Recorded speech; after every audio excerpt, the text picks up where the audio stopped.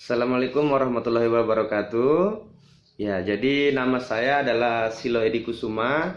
Saya pendamping PKH Kecamatan Toili Barat, Kabupaten Banggai, Provinsi Sulawesi Tengah.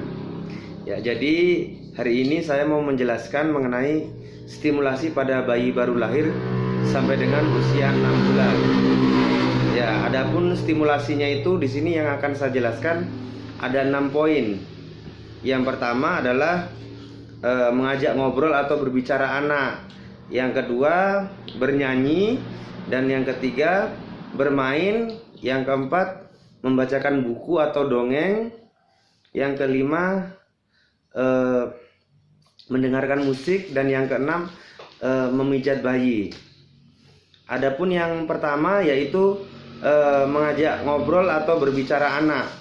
Jadi mengajak bayi ngobrol atau berbicara bisa menstimulasi kecerdasan otak anak, terutama dalam kemampuan berbahasa. Jadi aktivitas ini juga bisa dilakukan pada saat ibu sedang menyusui atau menidurkan anak sambil diajak bercerita seperti itu. Misalkan lagi menyusui, diajak bercerita, ngobrol. Misalkan, adiknya pintar udah minum susu pagi-pagi, pintar, sudah mau besar. Jadi seperti itu. Jadi stimulasi juga dengan kata-kata yang baik. Jadi supaya anak itu terbiasa. Kan bisa dibilang kata-kata itu adalah doa. Jadi kita stimulasi juga dengan kata-kata yang baik. Kemudian ibu dapat yang kedua yaitu bernyanyi ya. Kemudian sambil menyusui biasanya kan ibu-ibu bisa sambil bernyanyi, nyanyinya terserah, banyak lagu anak-anak ya, bisa sambil ditidurkan mungkin sambil Nina Bobo, oh Nina Bobo, jadi seperti itu.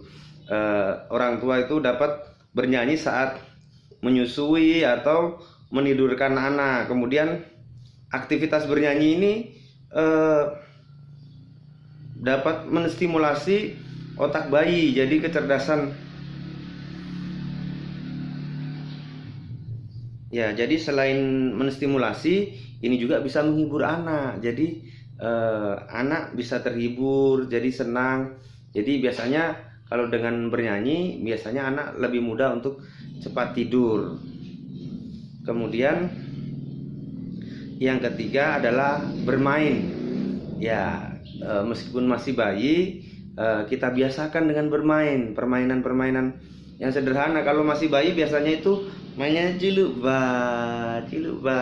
Nah, meskipun permainan cilukba yang sederhana tapi dapat menstimulasi kemampuan sensorik dan motorik anak. Contohnya itu sensorik ya, ketika kita cilukba dia melihat ya, ada interaksi antara anak dan orang tua. Kemudian motoriknya dia mungkin senang, jadi ketawa. Biasanya kan kalau anak diajak cilukba itu pasti ketawa. Jadi bisa menstimulasi baik sensorik maupun motoriknya. Kemudian yang keempat, stimulasi yang keempat di sini membaca buku atau dongeng. Jadi hubungan antara buku dan kecerdasan anak itu adalah bisa menambah kosakata anak. Jadi ketika kita sebagai orang tua sering ngajak ini hampir sama dengan mengobrol sebenarnya, tapi bedanya kalau ngobrol kan bisa terserah apa saja, tapi kalau ini membaca buku atau dongeng sehingga anak-anak itu terbiasa dengan cerita orang tua begitu kan. Jadi itu bisa menambah kosakata anak. Anak ketika berkembang dewasa, berkembang sudah mulai besar, jadi dia banyak perbendaharaan katanya. Jadi seperti itu. Kemudian yang kelima, mendengarkan musik. Ya, sebenarnya mendengarkan musik ini bukan hanya pada bayi, bahkan masih dalam kandungan pun itu sudah bagus karena dapat meningkatkan memori anak. Ya, jadi anak itu terbiasa dengan bunyi-bunyian, dengan suara-suara. Kemudian kalau mendengarkan musik biasanya itu anak bisa cepat tidur. Ya, jadi bisa mempermudah orang tua saat mengasuh anak. Ketika anaknya mau tidur, tinggal diperdengarkan musik. Nah, jadi dia sudah bisa tidur. Tidak lama sudah langsung bisa tidur seperti itu. Ya, kemudian untuk yang keenam, yang terakhir, memijat bayi.